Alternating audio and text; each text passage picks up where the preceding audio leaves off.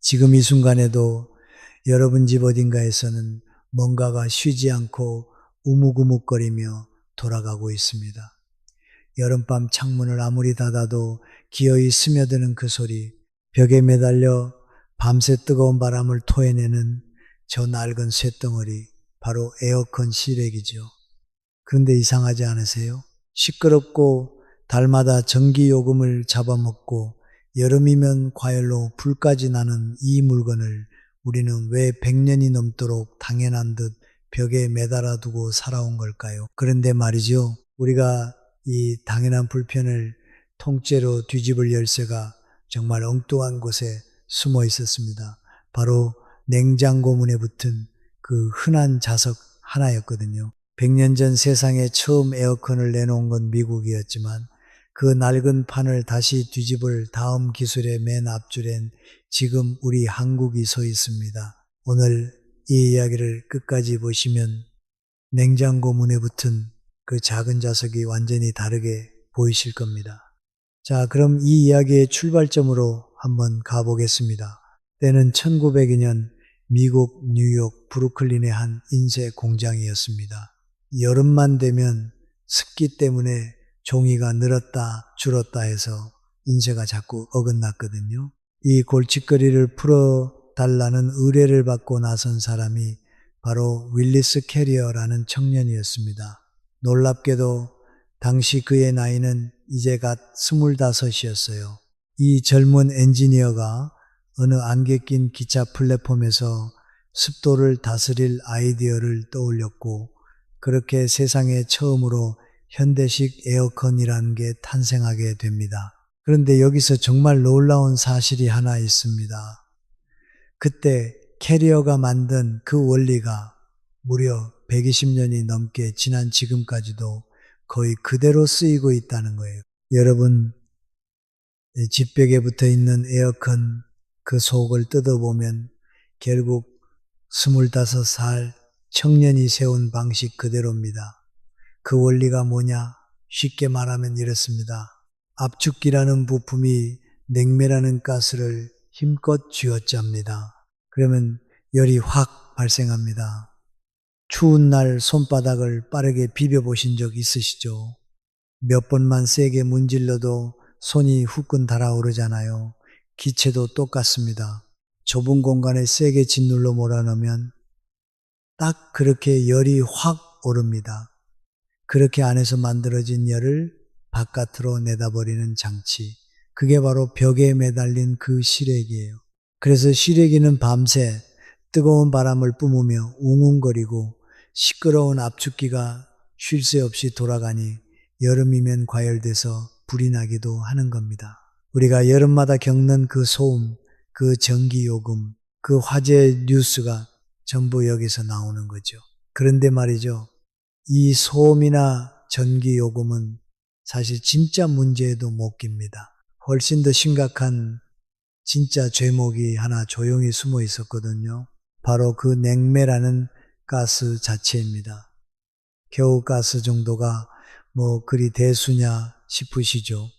우리는 지금까지 실외기를 그냥 시끄럽고 뜨거운 애물단지 정도로만 여겼잖아요. 그런데 그 안을 돌고 있는 냉매라는 가스는 눈에 보이지도 않고 냄새도 없다가 밖으로 한번 새어나가는 순간 지구를 아주 독하게 덮치는 물질로 돌변합니다. 얼마나 독하냐면요. 이 냉매 단일 킬로그램이 새어나가면 이산화탄소 1400kg에 맞먹는 온난화 충격을 지구에 안깁니다. 무려 100배예요.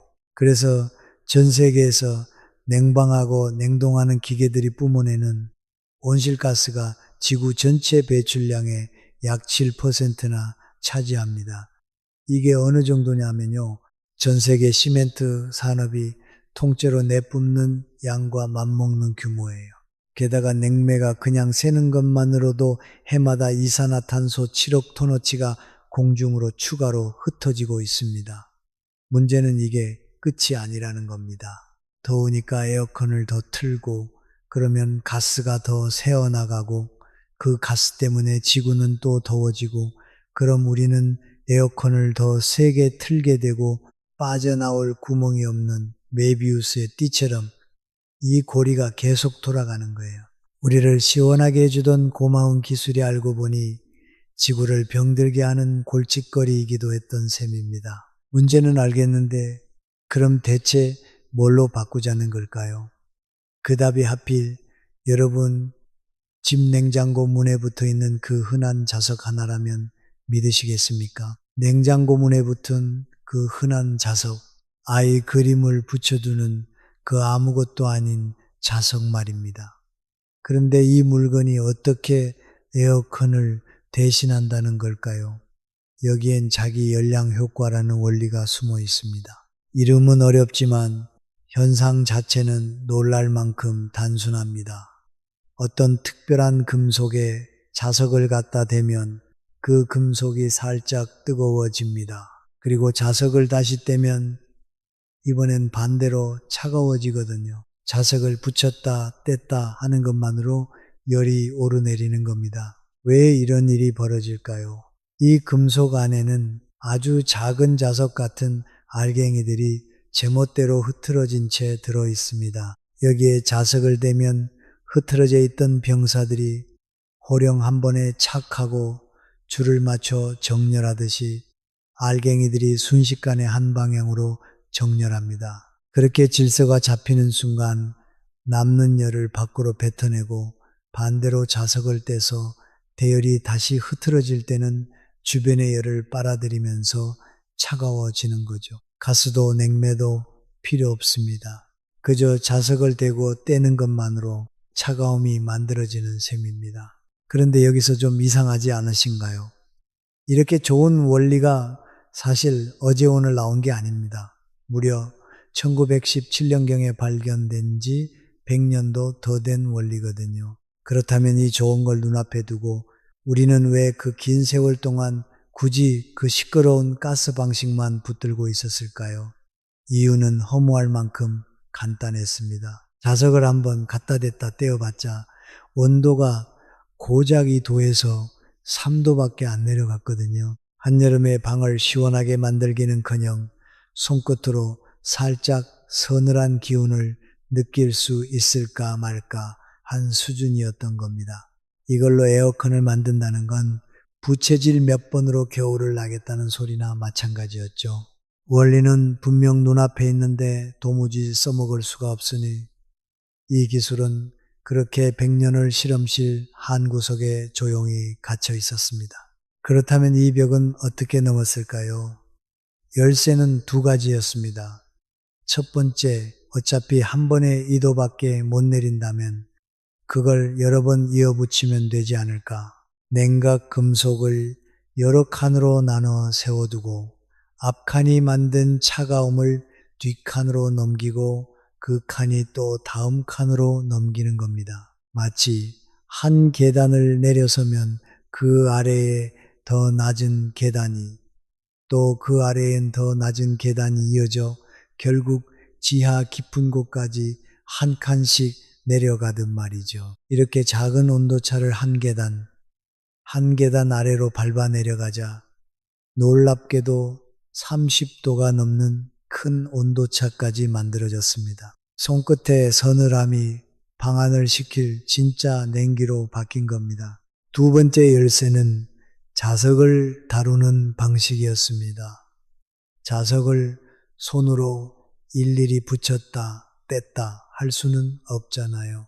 그래서 할바흐 배열이라는 특별한 방식으로 자석을 촘촘히 짜 맞춘 뒤 그걸 빙글빙글 돌립니다. 회전문이 돌면서 끊임없이 바람을 만들어내듯 자석이 한 바퀴 돌 때마다 금속의 자기장이 걸렸다 풀렸다를 반복하는 거죠. 그 속도가 1초에 한 번에서 4번 쉴 새 없이 차가움을 뽑아내는 겁니다. 바로 여기서 이 기술의 진짜 매력이 드러납니다. 앞에서 우리를 그렇게 괴롭히던 가스가 새어나가 지구를 덮치던 그 냉매가 이 방식엔 아예 없습니다. 열을 실어 나르는 게 가스가 아니라 딱딱한 고체, 금속이거든요. 그래서 이걸 고체 냉매라고도 부릅니다. 누출될 가스 자체가 없으니 그 골치 아픈 냉매 규제에서도 자유롭습니다. 게다가 그 시끄럽던 압축기도 통째로 사라집니다. 소음도 과열될 위험도 확 줄어드는 거죠. 100년 전 지구를 병들게 하던 그 문제의 뿌리를 원리부터 통째로 뽑아내는 방식이라는 얘기입니다. 여기까지만 보면 그야말로 완벽한 기술처럼 보입니다. 원리도 풀렸고 방법도 나왔으니까요. 이쯤 되면 여러분 마음속에서도 슬슬 이런 기대가 부풀어 오르실 겁니다. 그래서 이거 지금 우리 한국이 세계 1등인 거야. 그런데 섣부른 기대부터 하기 전에 지금 성적표를 있는 그대로 한번 펼쳐보겠습니다. 냉정하게 말씀드릴게요. 완제품에서 지금 한 발 앞서 있는 건 아쉽지만 우리가 아니라 독일입니다. 조금 김이 빠지시죠? 그런데 이걸 굳이 먼저 인정하고 가는 데는 이유가 있습니다. 지금 어디쯤 서 있는지를 정확히 알아야 우리가 뒤에서 무엇을 뒤집었는지도 제대로 실감이 나거든요. 독일의 마그누섬이라는 회사가 있습니다. 2019년에 다름슈타트 공대에서 갈라져 나온 직원이 고작 30명 남짓한 작은 스타트업이죠. 그런데 이 작은 회사가 2023년에 놀라운 물건을 하나 내놨습니다. 세계 최초로 인증까지 받은 자석 냉각식 냉장고, 이름은 폴라리스. 더 놀라운 건 그 첫 고객이 바로 코카콜라였다는 겁니다. 지금까지 만들어 판 게 40대에서 50대쯤, 아직은 손에 꼽을 양이지만 세계에서 처음으로 자석 냉장고를 실험 실박 시장에 세운 회사가 된 거예요. 여기서 한 걸음 더 나갑니다. 마그노섬의 또 다른 냉장고 이클립스는 독일 최대 슈퍼마켓 체인인 레베 매장에 들어가 무려 11주 동안 실제로 돌아갔습니다. 결과가 어땠을까요? 기존 냉장고와 똑같지 않을 사도에서 5도로 차갑게 유지하면서 전기는 15%나 덜 먹었습니다. 잠깐 켜본 게 아니라 손님이 드나드는 매장에서 석 달 가까이 버틴 성적이니 이건 진짜 실력인 거죠. 성적이 좋으니 레베는 2026년에 매장을 더 늘리자는 이야기까지 나누고 있습니다. 여기까지만 들으면 역시 독일이구나. 우리는 또 한 발 늦었네 하고 어깨가 처지실지도 모릅니다. 그런데 바로 이 지점에서 아주 중요한 사실 하나를 짚고 가야 합니다. 지금 독일이 만든 건 어디까지나 슈퍼마켓에 놓는 상업용 음료 냉장고라는 겁니다. 정작 우리가 매일 여는 집안의 냉장고, 벽에 걸린 에어컨, 그 가정용 자석 냉각 제품은 미국도 일본도 독일도 아직 단 한 나라도 시장에 내놓지 못했어요. 이게 무슨 뜻일까요? 지금 이 판은 누군가 이미 결승선을 끊어버린 경주가 아니라 이제 막 출발 총성이 울린 트랙이라는 얘기입니다. 잘 나간다는 나라들이 전부 똑같은 출발선에 나란히 서 있는 거예요. 독일이 상업용 냉장고로 한 발 먼저 뛰어나간 건 맞지만 정작 모두가 탐내는 가정용이라는 진짜 결승선을 향해서는 아직 아무도 첫발조차 제대로 못된 상태라는 뜻입니다. 그리고 바로 여기서 이 경주의 진짜 승부처가 모습을 드러냅니다. 그건 냉장고도 아니고 자석도 아니에요. 바로 소재입니다.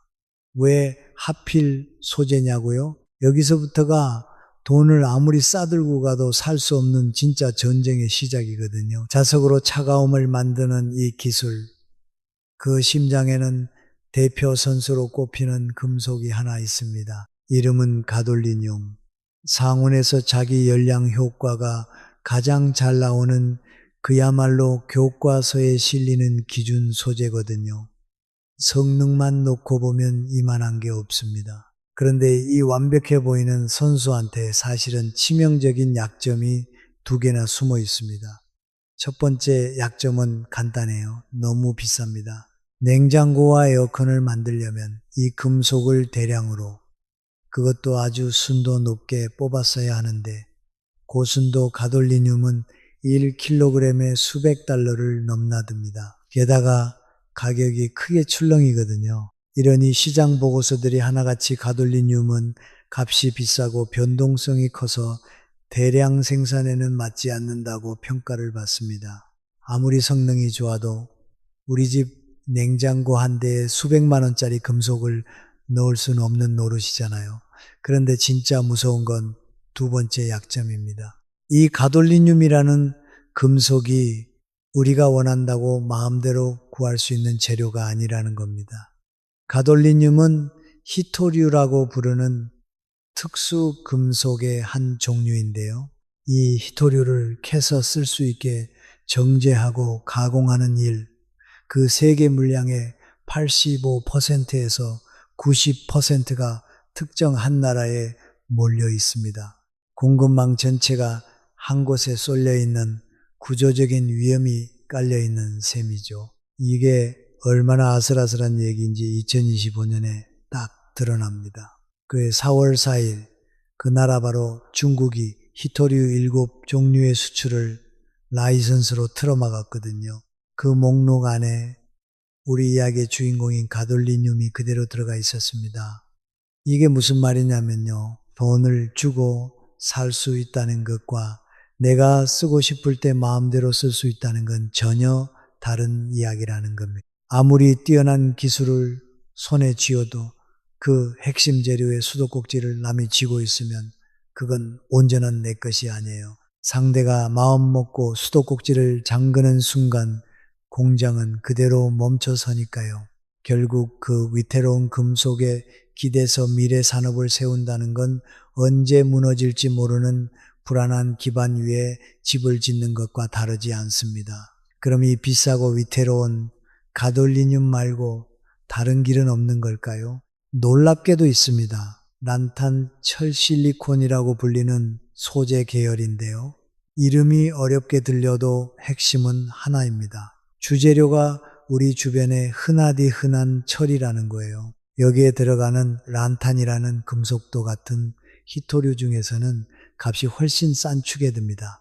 그래서 이 대한 소재는 가돌리늄보다 수십 배, 많게는 수백 배까지 저렴합니다. 값도 안정적이고요. 자, 그럼 답이 나온 것 같죠? 싼 재료가 있으면 그걸로 만들면 되는 것 아닌가 싶으실 겁니다. 그런데 바로 여기에 아무도 넘지 못한 복병이 숨어 있었습니다. 이 값싼 소재가 다루기가 지독하게 까다롭거든요. 성능은 최고인데 손만 대면 바스러지는 유리 같은 재료라고 생각하시면 됩니다. 워낙 잘 깨지는 성질이라 얇게 가공하기가 어렵고 냉각을 폈다 껐다 반복하다 보면 소재의 피로가 쌓여 금이 가버립니다. 더 기막힌 건 어렵사리 깎고 다듬어 부품 모양을 만들고 나면 정작 그 자랑하던 냉각 성능이 절반 이상 날아가 버린다는 거예요. 그러니 전 세계 연구자들이 죄다 같은 벽 앞에 멈춰섰습니다. 싼 대안은 이미 오래전부터 있었습니다. 문제는 그 누구도 그걸 제대로 다루질 못했다는 거예요. 싼 건 아는데 도무지 못 쓰겠다. 그런데 바로 그 문제를 미국도 일본도 독일도 아닌 한 나라가 조용히 풀어냅니다. 그 나라가 어디였을까요? 놀랍게도 바로 우리 한국이었습니다.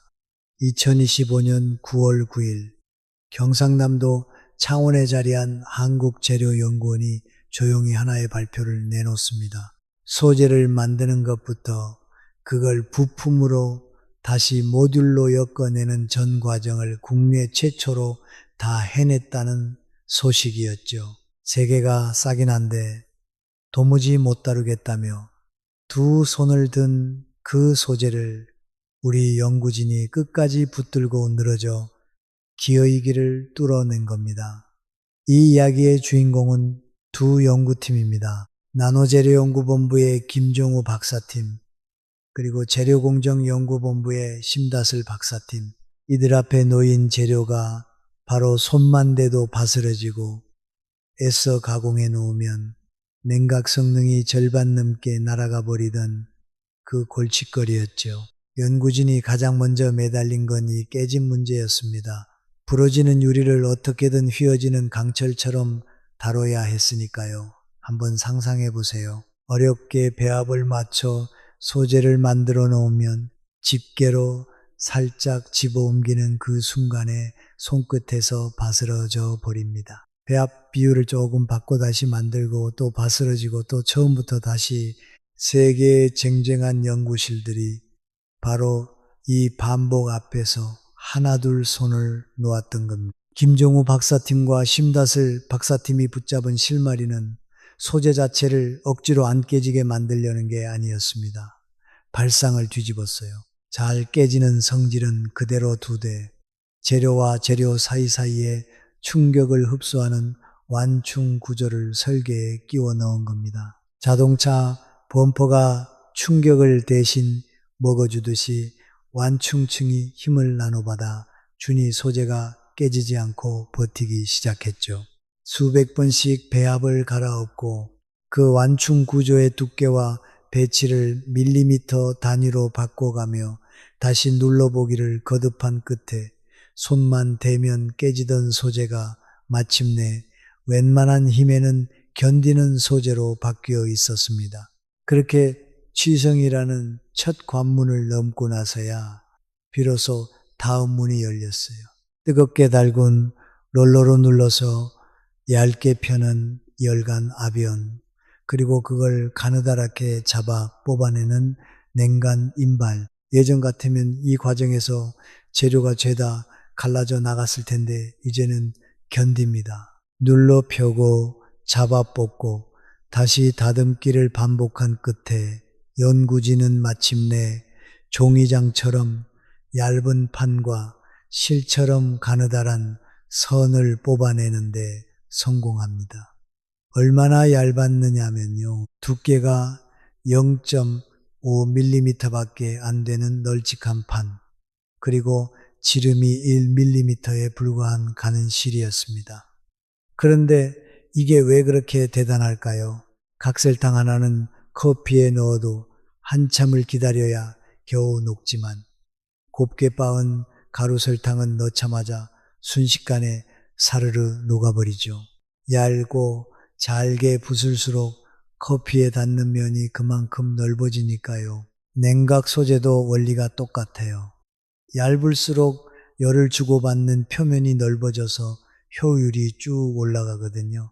게다가 그토록 발목을 잡던 가공 중 성능 손실도 기존의 절반 이하로 확 줄여 놓았고, 그렇게 만든 부품 하나하나가 세계 최고 수준의 냉각 성능을 뿜어냈습니다. 그런데 진짜 결정타는 따로 있었습니다. 연구진은 여기서 멈추지 않고 비싼 히토류 대신 흔하디 흔한 망간을 쓴 소재로도 이 성능을 뽑아낸 겁니다. 이게 무슨 뜻일까요? 앞에서 중국이 덜컥 잠가버린 그 수도꼭지, 거기서 아예 벗어날 길을 우리 손으로 찾아냈다는 이야기입니다. 아무리 좋은 기술도 핵심 재료를 남이 쥐고 있으면 내 것이 아니라고 말씀드렸죠. 그 족쇄를 스스로 풀어버린 셈입니다. 남이 재료를 쥐고 흔들어도 끄떡없는 우리만의 길이 생긴 거죠. 여기에 더해 이 소재가 얼마나 잘 차가워지는지를 정밀하게 재는 측정 장비까지 국내 최초로 직접 만들어냈습니다. 혹시 그거 그냥 자기들끼리 하는 소리 아니야 싶으신가요? 아닙니다. 이 결과는 2025년 5월 국제학술지 레어메탈스에 그대로 실렸습니다. 영향력 지수가 11에 이르는 세계가 인정하는 저명한 학술지예요. 우리끼리의 자화자찬이 아니라 세계 학계 앞에서 당당히 검증받은 성과라는 뜻입니다. 그렇다면 이게 우리에게 어떤 의미일까요? 사실 소재부터 시스템까지 그 전 과정을 한 손에 쥔 나라는 세계를 통틀어도 몇 안 됩니다. 우리에겐 삼성과 LG라는 냉장고와 에어컨을 세계에서 가장 잘 찍어내는 양산 능력까지 있죠. 남이 설계한 걸 받아다 대신 잘 만들어주던 나라에서 이제는 게임판을 바꿀 핵심 열쇠를 직접 쥐고 흔드는 나라로 100년 동안 위만 올려다보며 쫓아가던 우리가 적어도 이 냉각이라는 판에서만큼은 맨 앞줄에 서서 길을 여는 쪽으로 조용히 자리를 옮기기 시작한 겁니다. 그런데 한국이 이 열쇠를 겨우 냉장고 하나 조용하게 만들자고 이 난리를 친 걸까요? 아닙니다. 이 기술이 노리는 진짜 무대는 따로 있거든요. 앞에서 만났던 독일 마그노섬 기억하시나요? 이 회사가 내놓은 스텔라라는 시스템은 음료 냉장고 한 대가 아니라 건물을 통째로 시키는 산업용 데이터 센터용입니다. 냉각 능력만 무려 125 킬로와트급이거든요. 왜 하필 데이터 센터냐고요? 요즘 AI 열풍으로 데이터 센터가 폭발적으로 늘고 있는데 이게 그야말로 어마어마한 열덩어리거든요. 이 열을 식히느라 2025년 안에 전 세계 데이터 센터가 쓴 물이 약 1조 리터입니다. 이게 얼마나 큰 거냐면요. 전 세계 사람들이 사 마시는 병에 든 생수, 그 산업 전체가 한 해 동안 쓰는 물과 맞먹는 양이에요. 지금 AI를 돌리는 데 드는 진짜 비용이 전기요금만이 아니라 이 어마어마한 물이었던 셈입니다. 그런데 이 자석의 힘을 더 키우면 냉각 능력이 폭발적으로 커집니다. 물을 콸콸 쏟아붓는 그 냉각탑 자체를 아예 없애버릴 수도 있다는 얘기죠. 자석 하나로 데이터 센터의 물 문제를 통째로 뒤집는 그림입니다. 여기서 끝이 아닙니다. 미래 에너지의 핵심이라는 수소. 이 수소를 액체로 만들려면 영하 253도까지 얼려야 하는데 2025년 유럽에서 바로 이 마그노섬이 독일 연구기관과 손잡고 자석 냉각 방식으로 수소를 액화하는 시험 설비를 돌리기 시작했습니다. 그런데 그 핵심 소재가 뭐였을까요? 바로 란탄과 철로 만든 그 소재. 앞에서 한국이 강점을 보인다고 짚었던 바로 그 소재 계열이었습니다. 큰 그림은 이렇습니다. 우리 집 냉장고, 여름에 에어컨, 도시만 한 데이터 센터, 그리고 나라 전체의 에너지망까지 차가움이 필요한 이 모든 미래의 무대가 놀랍게도 하나의 소재 계열로 쭉 수렴하고 있는 겁니다. 그리고 그 소재와 가공 기술의 맨 앞자리를 지금 우리 한국이 넘보고 있고요. 그런데 여기서 한 걸음만 더 들어가 보면 이게 왜 그렇게 중요한지가 보입니다. 이 모든 게 하나의 소재 계열 위에 서 있다는 건 그 소재를 어떻게 얇게 뽑고 어떻게 부품으로 가공하느냐, 그 가공의 표준을 먼저 세운 나라가 앞으로 열릴 냉각 산업 전체의 규칙을 쥐게 된다는 뜻이거든요. 생각해 보세요. 100년 전 미국은 그저 에어컨 한 대를 발명한 게 아니었습니다. 냉매를 압축하고 순환시키는 그 방식 자체를 세계 표준으로 만들어 버렸어요. 그래서 그 뒤로 100년 동안 전 세계가 미국이 깔아놓은 그 판 위에서 그 규칙에 맞춰 냉장고를 만들고 에어컨을 만들어 온 겁니다. 그런데 이번엔 다릅니다. 앞서 짚었듯 소재부터 시스템까지 그 전 과정을 한 손에 쥔 나라는 세계를 통틀어도 몇 없고 거기에 삼성과 LG라는 세계 최고의 양산 능력까지 갖춘 우리가 이 새로운 냉각 방식의 가공 표준을 먼저 써내려가기 시작한 겁니다. 다음 100년 냉각 산업의 규칙을 이번엔 우리가 쓰는 쪽에 설 수도 있다는 얘기예요. 규칙을 따르던 나라에서 규칙을 만드는 나라로 바로 그 지점에 지금 우리가 서 있는 겁니다. 그런데 여기서 저는 정직하게 짚고 넘어가겠습니다. 이거 아직 다 끝난 얘기가 아닙니다. 이 기술이 가정용으로 우리 집 거실에 들어오려면 빨라야 5년, 늦으면 10년은 더 걸린다는 게 전문가들의 냉정한 전망이에요.